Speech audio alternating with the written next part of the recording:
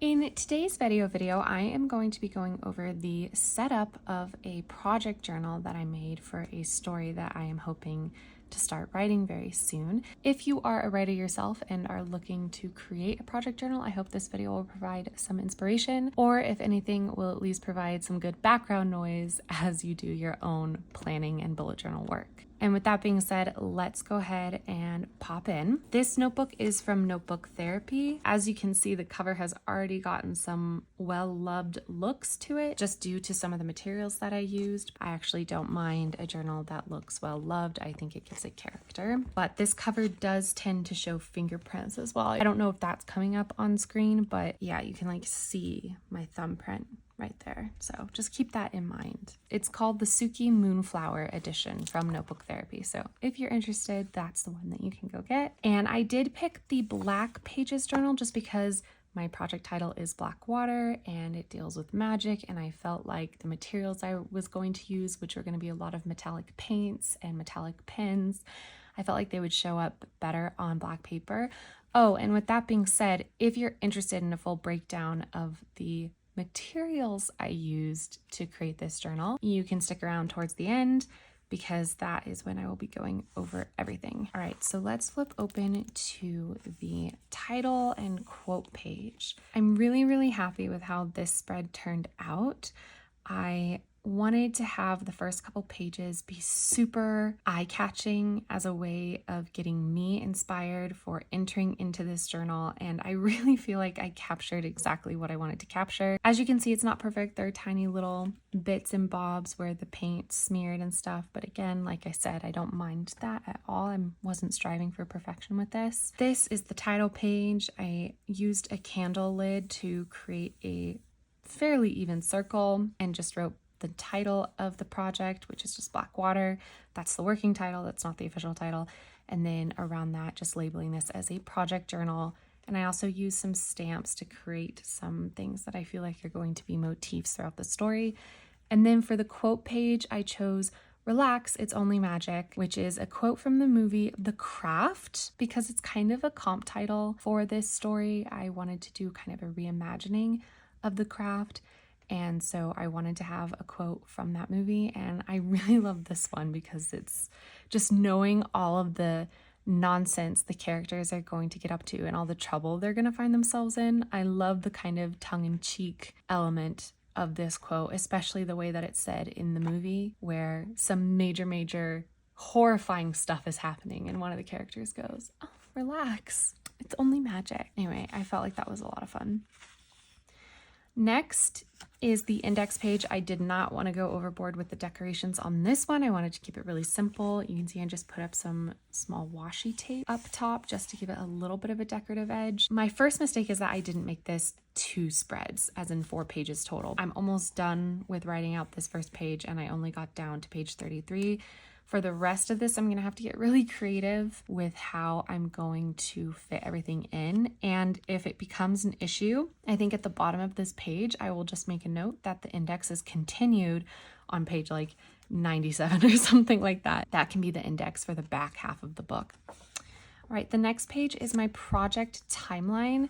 Now, I wanted to have 2 timelines in this project journal, but the timeline that actually is going to be the timeline of the story, I have not made a spread for yet, just because I would like to have a bit more of a rough outline before I commit a timeline to paper. This is actually my author timeline, and maybe I could have picked a better title for this page. IRL, my in real life timeline. I'm trying something a little different this time. Instead of preemptively creating goals for each month, I think I'm just going to use this as a retroactive page or reflection page. So that way I can get a realistic look at what my process is actually like, because I feel like I have all of these expectations for myself of, oh, this month you're gonna do all the outlining. This month you're going to get through Act 1. This month you're going to get through Act 2. And I feel like at a certain point, when I start getting behind, I start getting down on myself, and then I just fall even more and more behind. So this is going to be a retroactive timeline where at the end of every month, I can just go in and write exactly what I did. And that way by March, I can have an actual overview of what I realistically was able to get done in 6 months. And I'm sort of hoping that takes the pressure off and maybe crossing fingers, kind of reverse psychologing myself into getting more done than I typically do because I don't have the pressure of sticking to a timeline. This could be a very bad experiment, but it's the experiment we're going with. Each of these boxes takes up about a third of the available space. I think they're 11 squares each. If you're interested in the little decorative flares, I gave them a bit of drop shadow with some metallic paints just because I felt like they really pop on the page. Oh, also I haven't pointed this out before, but I used a silver metallic pen to mark the page numbers for any page that I filled out. Okay, this next spread is the title brainstorm. As I've said, right now I'm tentatively calling this Black Water, but I'm pretty sure that is the title of a short story by Joyce Carol Oates, and so I am not sure I will be keeping this as the title, even though I love it so much. It's very much a nod to a real entity thing in my life, which is heavily featured in this story. But again, it's best practice to not be too precious about titles and always have extra ones on hand. So here is how I envision doing title brainstorming. As I go through building out all of the work in this journal, I will write down keywords, whether that's motifs, whether that's character names, whether that's locations or settings, anything that kind of pops out at me, I will write them down here. And then any specific quotes and phrases that I write as I work on the story or on the outline or just as I'm brainstorming will go down here, because a lot of times specific quotes from a story could make a good title. I don't have any space in here to actually commit to a new title. There is enough space to insert it right here. So I didn't do that intentionally, but now that I'm looking at it, that's where I would put it. And then over here, I wanted to have a space for chapter title brainstorming. The last book I wrote that's taking place in this world, which is This Book is for October, which I have an entire writing playlist about if you'd like to go watch it. I loved its chapter titles. They were either little homages, little references to other Halloween media, movies and TV shows or songs. There were also several that had Greek mythology references and allusions, and I really want to try and keep that pattern up. So I created this page for brainstorming chapter titles, just so that way I can keep them all in one place. As for the decorations, I once again went down, instead of with metallic paint, I went down with a metallic paint pen. Again, I'll be explaining all my materials at the end of the video. And then I had some washi tape stickers from Notebook Therapy and a stamp that says "Witch Please," just because I think I love that stamp and I wanted to include it in this journal somewhere. This is a spread that I had in my last journal setup, if you watched it, and I think it's something that I like to include in all of my initial build outs of stories, which is the big picture question spread, where I'm literally just sitting down, fast jotting who, what, when, where, why. And I give why the biggest page, a place for me to journal about why this story, I feel like it's important for me to tell, or if not important for me to tell, at least why I want to tell it. And if throughout this journaling experience, I figure out something that I want to explore, whether or not a question or a struggle or something that can help guide the plot. And I think it's helpful to identify that kind of deeper layer if there's going to be one. If there's not going to be one, that's fine. But if there is going to be one, I think it's helpful to identify it sooner rather than later. So that way it can be a big part of building out the outline rather than trying to shoehorn it in later. As for the decorative flair, yes, again, we've got some washi tapes, all from Notebook Therapy. I have all throughout this journal these little tarot card stamp type pieces of paper. These are actually technically washi. I really think tarot is going to be a big element within this story. Again, not committed to that, but I really do think so. And so I wanted to have lots of these tarot stickers around the whole journal. As for these other questions, they're just there to give me a snapshot of the story as a whole, the most basic form of the story in these 4 questions, and then getting a little bit more into it with this 5th one. This is my motifs page. I had this stamp with this really pretty kind of arched element, and I wanted to see what it would look like laid out almost in a grid type pattern. And I thought the motifs would be a great place to put it because I don't want to overdo it with motifs, because if you have a million, then it's, do you have any, right? This is really just a brainstorming page.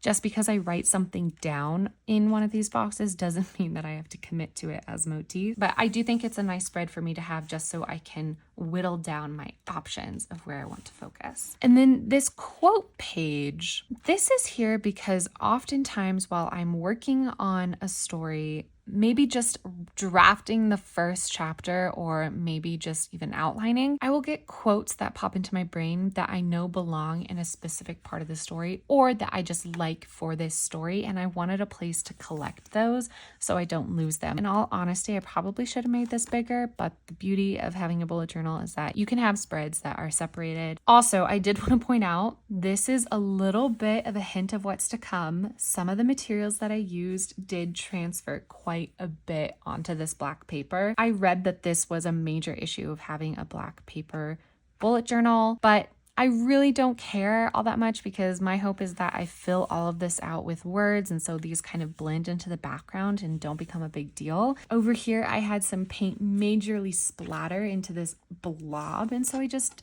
used a black marker to turn it into a crescent moon, and I drew stars all around it. But you can still see some of the smearing, and it's fine. You can see some of the smearing over here. It's fine. But I will say that this black marker did come in major hand. It is the Archer and Olive Acrylograph 3mm black. If you can see over here where my stamps, the edges of the stamps got marked, I just went in and covered up the white ink with the black. Yes, it doesn't perfectly cover it up, but it does the job, and I'm very happy that I had this on hand. These are very simple spreads, just activities and aesthetic. What does that mean? Well, in the previous book in this series, this book was for October, I had a list of Halloween activities that I felt I had to include in the story because, again, the whole point of the story was to get my sister excited for the month of October, hence the title being This Book is for October.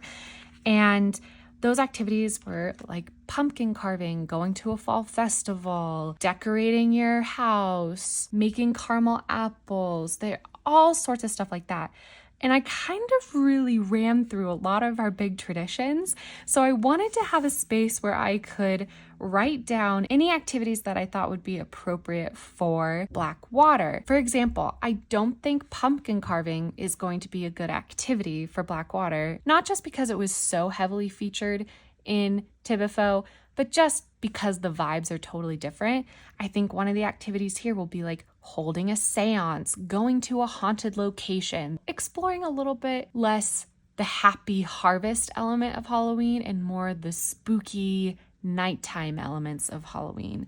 And then for aesthetics, I want to just kind of solidify my idea for how this book feels to a reader. This Book is for October is very much cozy, cottage in the woods. I want this book to feel distinct from that one, and so I need to kind of refocus towards a new aesthetic. Just by building this project journal, I feel like I've started work on that, but it definitely needs more work because I can see myself accidentally falling towards the Tibuffo aesthetic just because that is inherently the one that I am most drawn to during the Halloween season.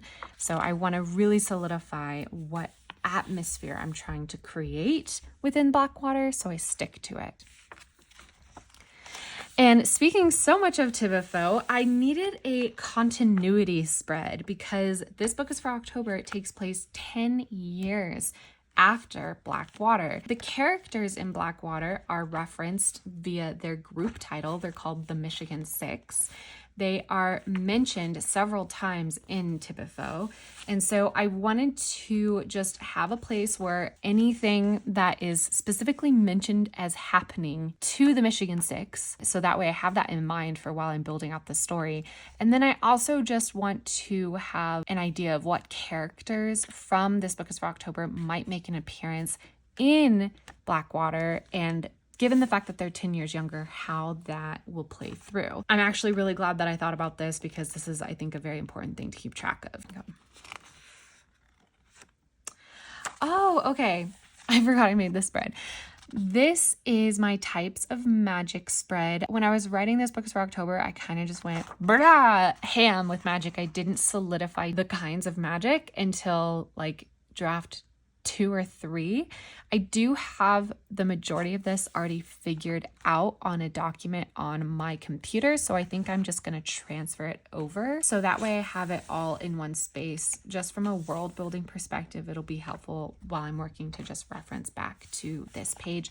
And the same can be said for the next page, which is the covens that exist within the world of Tibifoe. Also, really quickly, one of the reasons why these pages aren't overly decorated is because I do think that there is a lot to write here, and I didn't want to take up a ton of space in the same way that I did for the title brainstorming page, because brainstorming, you're just jotting down words.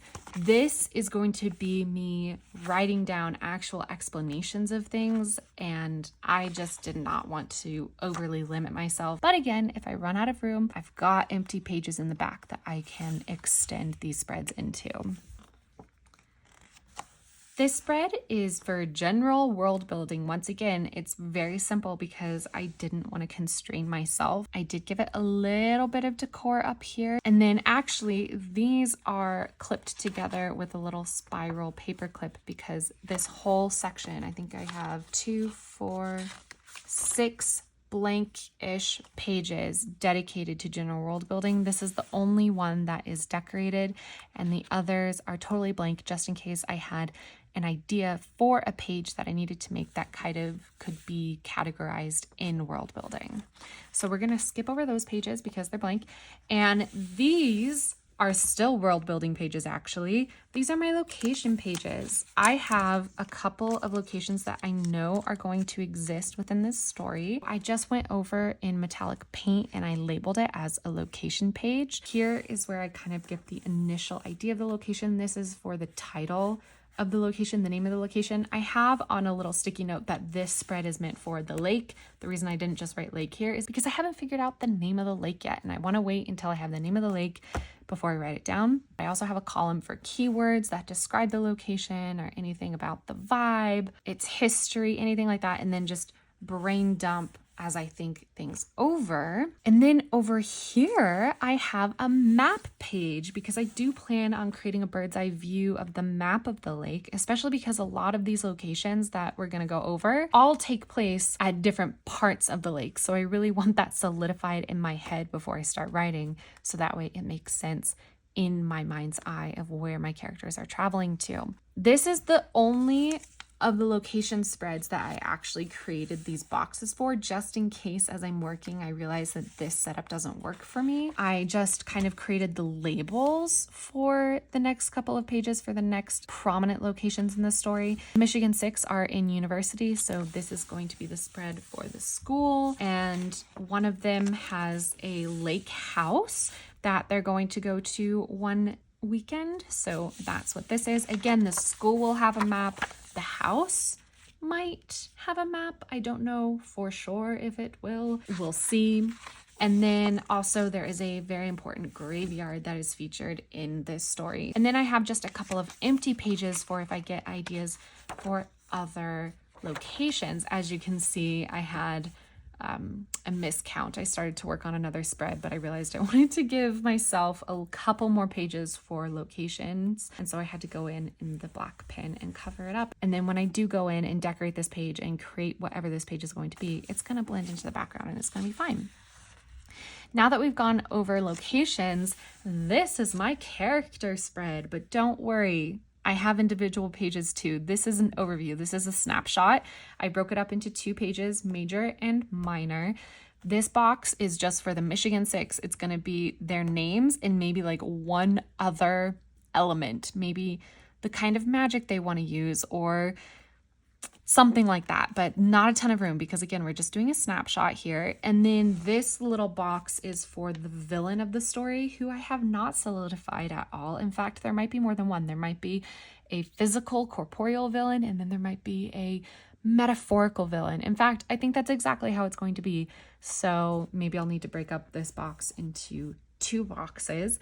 And those are going to be our major characters. And then I have a totally blank spread for minor characters because I have no idea how I want to focus this. And I also really want this world to feel full, so I wanted to have a lot of space to write down as many names and kind of identifiers as I needed. You know, if I have a shopkeeper who actually gets named or a teacher at the university who gets named, I want to be able to write all of that down here, their name, their occupation, and maybe their relation to whatever character they interact with. So this is the character overview page, and then we go into the individual character pages. Once again, hello, jump scare. This is where the transfer of my white paint pen really started getting bad. I have 6 of these pages right now, one for each character of the Michigan 6, and I kind of based them off of Dungeons and Dragons character sheets. So the elements that I went for are the character name, which I do for the most part have those figured out, so I can go ahead and write them in. How old they are. I don't know if all of my characters are going to be in the same grade or if they're kind of, we got a couple freshmen, we got a couple juniors, we'll see.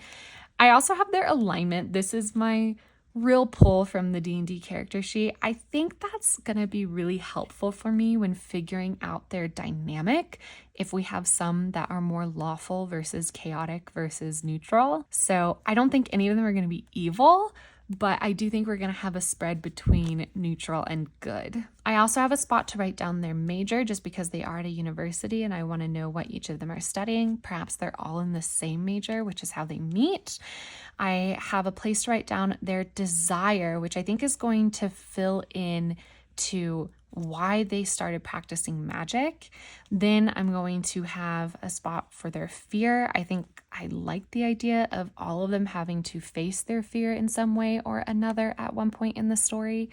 And then also their sacrifice, the thing that they either give up in order to gain magic or the thing that they end up losing because of the way they misused magic. Then I also have a little spot for their roommate because I do think some of them might be roommates. We have another keywords box and then just absolute brainstorming space. I feel like this is going to be maybe like personal character history or something like that. Or maybe this is just brainstorming and then over here could almost become a mood board. I would like to paste a picture of a face claim and then maybe here is where I write their character background. Okay, I like that. I'm making that decision right now.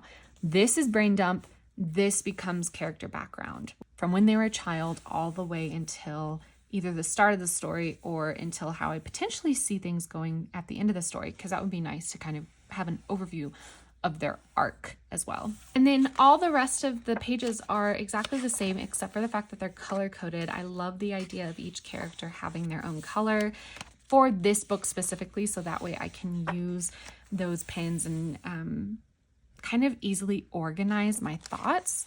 And because it's Michigan 6, there are 6 of these pages for our 6 main characters. There are not 6 POV in this book, but there are 6 kind of members of this main coven who get into trouble. And then the next 10 pages are just blank, but that is where my big villain spread is going to go. That is where any more character brain dumping will go, minor character exploration, everything. I wanted to give myself a good chunk of pages for characterization. I might create a spread where a relationship flowchart. Actually, that is definitely a spread I should make because let me tell you, the Michigan 6, they are all into each other and it's going to be complicated. So I'm making a note for myself that a relationship flowchart is a necessity. After this chunk, I have my little research section. There are a lot of topics that I want to look into. One of them is sailing. One of them is mixology. One is foxes. My main character is going to have a little fox companion, so I want to know about fox behavior. I gave myself a big chunk of pages. I think I gave myself maybe 20 pages, individual pages, 1, 2, of blank paper just for future building out of future spreads. Then we get into the outline section. I have 3 pages for the outline, very sparsely decorated, just a little tab that indicates what it is, and then the act that we're focusing on. We've got Act 1, Act 2, and Act 3. The majority of this book will be totally full and filled out before I start writing down on this. I really want this to be as accurate as possible before I start writing the story. And maybe not the entire book is filled out, maybe not all of my blank pages, but all of the necessities. Definitely the big picture questions, definitely all the character sheets, definitely the location spreads, everything like that. I would love to have those filled out before I commit the outline to paper. So maybe in the back, I'll have like an outline brain dump page. This one I do want to save for when I'm ready to really commit. And then this section, which is again about 10 pages total, is for recipes. This was a really big part of this book is for October. There was a ton of food descriptions in that story because one of our characters was a kitchen witch. And so there was a lot of magical food that we experienced. And I really loved writing that. I really feel like it was a big part of my enjoyment of the story and a big part of other people's enjoyment while they read the story. So I wanted to have something similar, but to give it a little bit of a distinction in Blackwater, I think a lot of these recipes are actually going to be cocktail or potion recipes because I think, and I haven't fully committed to this yet, our characters are going to do a lot of their magic via mixology and potion making. I kind of have the idea that it'll be 1 or maybe 2 recipes per page. I will write down the recipe and also do my best to do an artist's interpretation of what that cocktail or recipe will look like. I do think that there will be some actual food also included, just none of it is going to be magical food because I feel like we really did the kitchen witchery stuff in Tibifoe. I don't want to have a repeat of that. So there will be some really delicious meals that our characters eat, and I can write those down here if I want to. But for the most part, the magical recipes that will exist in this story are going to be potions. And I have this little clip. It came with this journal, holding together all of the recipe pages. And then we get to the blank part of the book, where I don't have any spreads. This is where I really get to play around. I mean, I get to play around in the entire thing, but this is the space reserved for anything and everything in the overflow pages. Like I said, if I needed to put a new index right here, that's what this could be. If I decide to attempt a 10K day while I'm working on Blackwater, I can put the tracker in this section. If I have meetings with writer friends and we do a brainstorming session, I can write down my notes on one of these spreads. I love a nice blank page, and I've got about 30 of them or more, I don't know. And then the final 2 pages, which are in the very back, the very last couple pages are always reserved for scrap work. The second to last page is just a page idea spread. As you can see, we have a lot of the pages that I just went over with crossed out, but I have a whole extra page and also this chunk here for page ideas. So that way, if I'm out and about, I'm running an errand and I think, oh, this is a page I want to have, I can write it down. In fact, I'm gonna go ahead and add the idea for a relationship flowchart. And then the final page is just my pen test page. This is where I went over all of the pens that I plan on potentially using in this story. And it helped me kind of whittle down the pens that are actually going to work. Some of these are too bright, but some of them are perfect. And then over here is where I have my metallic paints that I painted tiny little swatches of just so I get an idea of what they look like on black paper.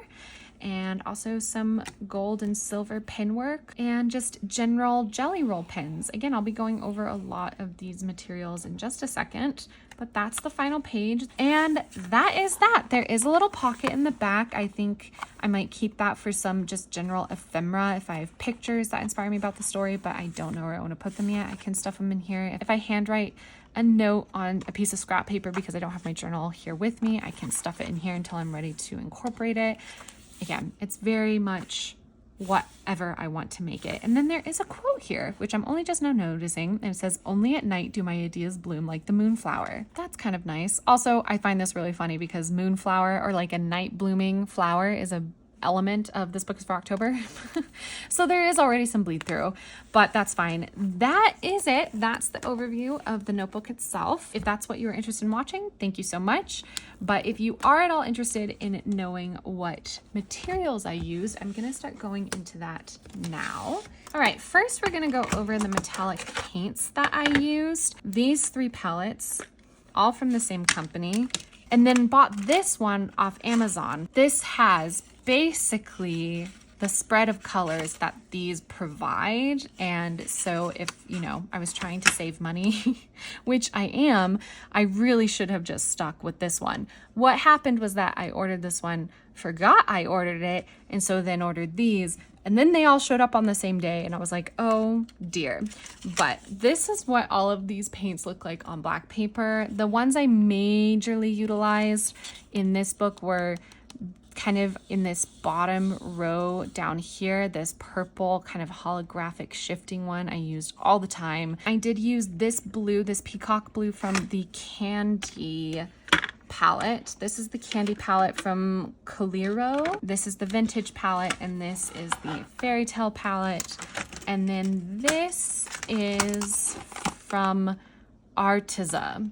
And I don't know if this even has a palette name, but like I said, I got it off Amazon, so I'm sure that's an easy Google search for you if you are interested. All right, keeping with the metallic paint theme, I have this metallic paint pen acrylograph set from Archer and Olive. These were heavily utilized, especially in the creation of the character sheets. Each character sheet was color-coded with one of the first 6 colors. I also had some extra ones that I used from other collections from the Archer and Olive acrylographs. Both of these purples are really similar, but one is a 3mm and one is a 0.7. So this is for bigger pictures and this is for more for like actually writing. This one is like a light pink and was just used as, I believe, an accent color on one of the spreads. This white was used to highlight areas, and then again, this black was mainly used to cover up mistakes. These two are from the primary acrylograph set from Archer and Olive. This one is from the, what is it called? I don't believe it's called Pastel, and I don't believe it's called Vintage. I'm gonna put whatever it's called up on the screen because I don't have the acrylograph set near me right now. And then this is a white, and I believe this white 0.7mm is from the same collection as this one, and this black is just from the primary 3mm set. The notebook itself, as I said, is from Notebook Therapy, and it is the Moonflower edition. I also got some washi tape and some stamp sets from Notebook Therapy. I have the Moonlit Alchemy washi and stamps and the Moonlit Spells washi and stamps just because I felt like they were perfect for this project. I used, I think, every single one of these washi rolls at some point in this book because I went on such a ridiculous spending spree that I've now told myself in order to buy any more stationery items, I have to use up items that I already own. These are actually round stickers that you can peel off individually in place. This one's just a really pretty moon motif border, as is this one. This one also has kind of a moth feature on it, which I really like, and in fact inspired me a bit that I might incorporate moths into this story. I don't know yet though. My favorite of this set is this kind of clear moon phase roll. I'm sure it's pretty hard to see while it's all rolled up, but it was featured very heavily in the journal itself. As you can see, it's totally clear, so it just kind of goes on like a little drawing, and with that black really shining through, and it goes through the moon phases, and I think it's really beautiful. The Moonlit Spells stamp set. A lot of these saw good use. I'm going to try and use every single one of these multiple times throughout the entire journal. The only stamping ink that I used in this journal was Versa Magic, the Cloud White. It's their archival multi-surface chalk ink pad. Every so often, if I wanted a different color, I would actually use the metallic paints and paint it onto the stamp and then stamp it down. And then for the Moonlit Alchemy, this stamp set also came with some extra stickers. It came with 3 extra sticker sheets, but I fully used up 2 of them. I love this washi tape set. I think it is so beautiful. I've never been a washi tape person really, but these sets have converted me. This is the tarot card set where you can either keep it as one long string of tape or you can cut them individually at their edges and they become almost like little stamps. They're so cute. This one is actually perfect for This Book is for October because it has all sorts of herbs and like specifically healing herbs that my main character of Tipeifo uses. They've got rosemary, they have sage, they have lavender. Oops, what's wrong with me? And then I believe this is the final item from Notebook Therapy. This is the Moonlight Alchemy stamp set. There is that potion bottle that I really was obsessed with. I really liked the crystals. This was the stamp I used on the motif page. Again, same as with the Moonlit Spells stamp set. I really want to try and use all of these stamps in the journal at some point, if not frequently. And our final bits and bobs are just random materials that I used. Mainly these are just pens. Also, this is the ruler that I used for when I was trying to keep my lines straight, but as I got further and further into the setup of the journal, I just decided to freehand the lines because I felt like I liked that look a little better. Also, it was easier. The main pen that caused a lot of the bleeding, but I don't really care because I just love the way that it writes, is this white gel pen 8mm from this place, Brusharth. I don't even know how to say that. I really like this pen. It writes so smoothly on the black paper, but it does transfer. This was another white pen that I used just when I wanted to change things up. I don't love this one quite as much because I don't think it writes as smoothly. This is the Lightning 0.8mm white pen, and I just felt like this one, black shows through more than it does than with this white pen. Funnily enough, this is the same brand as this white pen, but this is in silver. Again, it's 0.8mm. And this is what I plan on using as my main writing pen throughout this book. This was the pen that created the page numbers down here. And I felt like this one wrote very smoothly, and I wanted there to be a distinction between the white outline and the actual writing, and also hopefully that will prevent the transfer over if the majority of my writing isn't in a really heavy ink, possibly paint pen. I also have 3 Jelly Roll pens from Sakura. These are from the Metallic collection, and these were mainly used as little accent pens. They show up great on the page. I can show you in the pen test section. Here they are. This is the metallics down here, and this is the silver, the pink. Oh, did I write down the purple one? I might not have written down the purple one. Hold on. Okay, that purple one actually doesn't show up quite as well here for some reason. I think it shows up better once it dries down because these really turned out beautifully. Maybe I didn't write slow enough. Again, I mainly just use these as little accents for when I was drawing the sparkles and the magical effects of things. And then our final item was a pencil, in which I went in and did a lot of the initial drawing of things, sketching out of letters. You can see probably very faintly. I did try and erase them, but on the black it does show up even after being erased. I really love this pencil. I've become kind of obsessed with it, the way that it holds itself, and you can retract this nib up here by clipping this. Hold on. Isn't that so fun? I also just love the way that it holds in my hands. This is the Graph Gear 1000 from Pentel, and I really like it. Unfortunately, it will not be used very frequently in this journal because this is black paper, but it was helpful in the initial sketching and setup of the journal. And that's it. That's the end of what I'm assuming is like a 3-hour video. Thank you so much for watching. Goodbye. Thank you so much for watching another VEDIO video. Remember, if you like writing, Halloween, or anything in between, feel free to subscribe. I'll see you back here tomorrow for another video. Until then, don't forget to go be happy, go be healthy, and go write. Bye!